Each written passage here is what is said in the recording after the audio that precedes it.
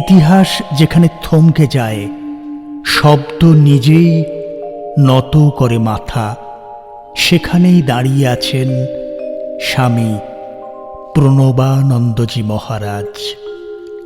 তিনি কোনো অলৌকিক কাহিনীর নায়ক নন।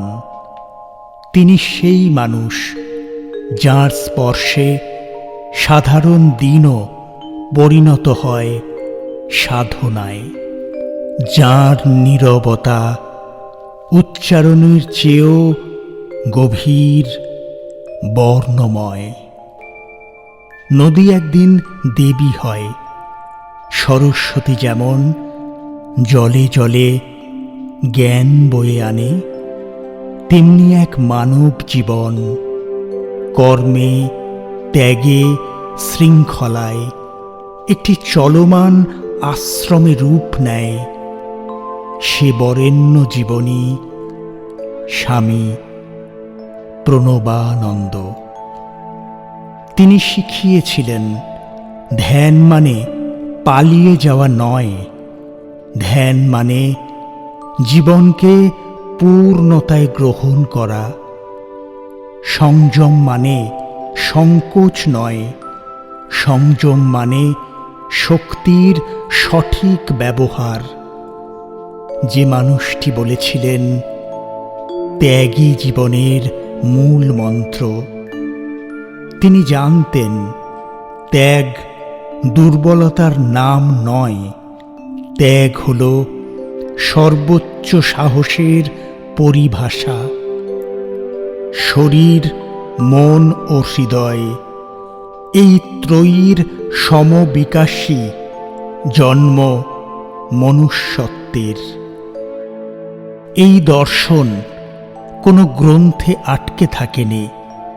এ দর্শন নেমে এসেছে গ্রাম থেকে নগরে, আশ্রম থেকে সমাজে, ব্যক্তি থেকে জাতির চেতনায়। তিনি দেখেছিলেন মানুষকে ধর্মে নয়, মানুষে, জাতিতে নয়, যন্ত্রণায়।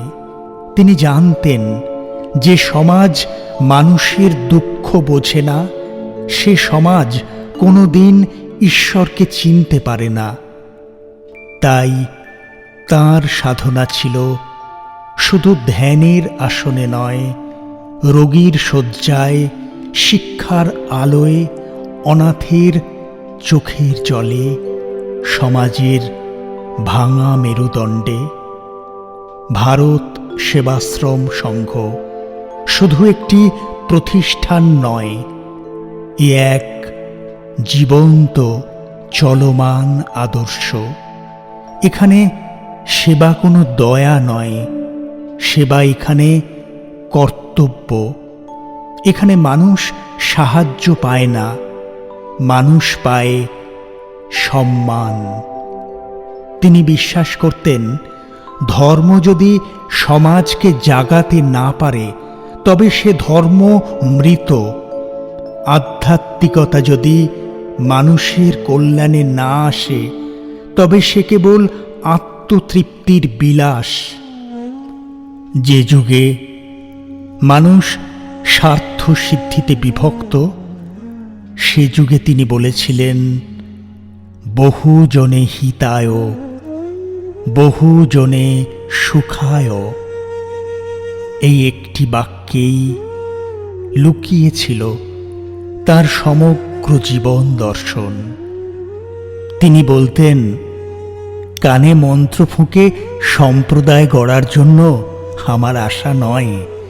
আমার আবির্ভাব, আমার তপশ্চর্যা, আমার কর্মচক্র প্রবর্তন সমগ্র ভারতের জন্য, সমগ্র হিন্দু জাতির জন্য।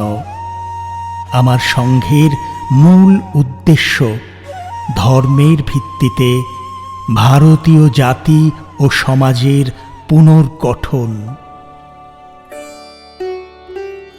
তিনি ছিলেন না কোনো মঞ্চের বক্তা, তিনি ছিলেন চরিত্রের ভাষ্যকার। নিজের আচরণেই শিক্ষা দিয়েছিলেন সবচেয়ে বেশি।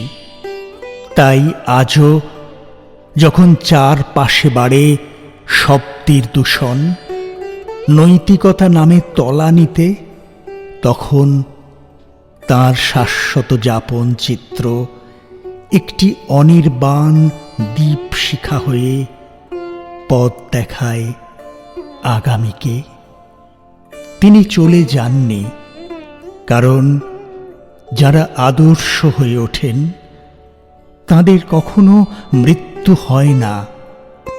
তারা সময় শরীরে অমরত্বের ঐশ্বর্য নিয়ে বেঁচে থাকেন চিরকাল। শ্রীমৎ প্রণবানন্দজি মহারাজ একটি নাম নয়, একটি দায়িত্ব। তিনি একটি অনির্বাণ লোকশিক্ষক। তিনি একটি স্মৃতি নন, একটি শাশ্বত আহ্বান। আমাদের প্রতিদিনের জীবনে আরও একটু সংযম, আরও একটু করুণা, আরও একটু সাহস জাগিয়ে তোলার আহ্বান। যতদিন মানুষ মানুষ হতে চাইবে, যতদিন সেবা ধর্ম হয়ে থাকবে, ততদিন এই নাম উচ্চারিত হবে পরম শ্রদ্ধায়, নীরবে অনুসৃত হবে আলোকবর্তিকার মতো। অন্ধকার ভেদ করে চলবে আবহমান, অনন্তে মিশিয়ে দেবে চন্দন সুরভি।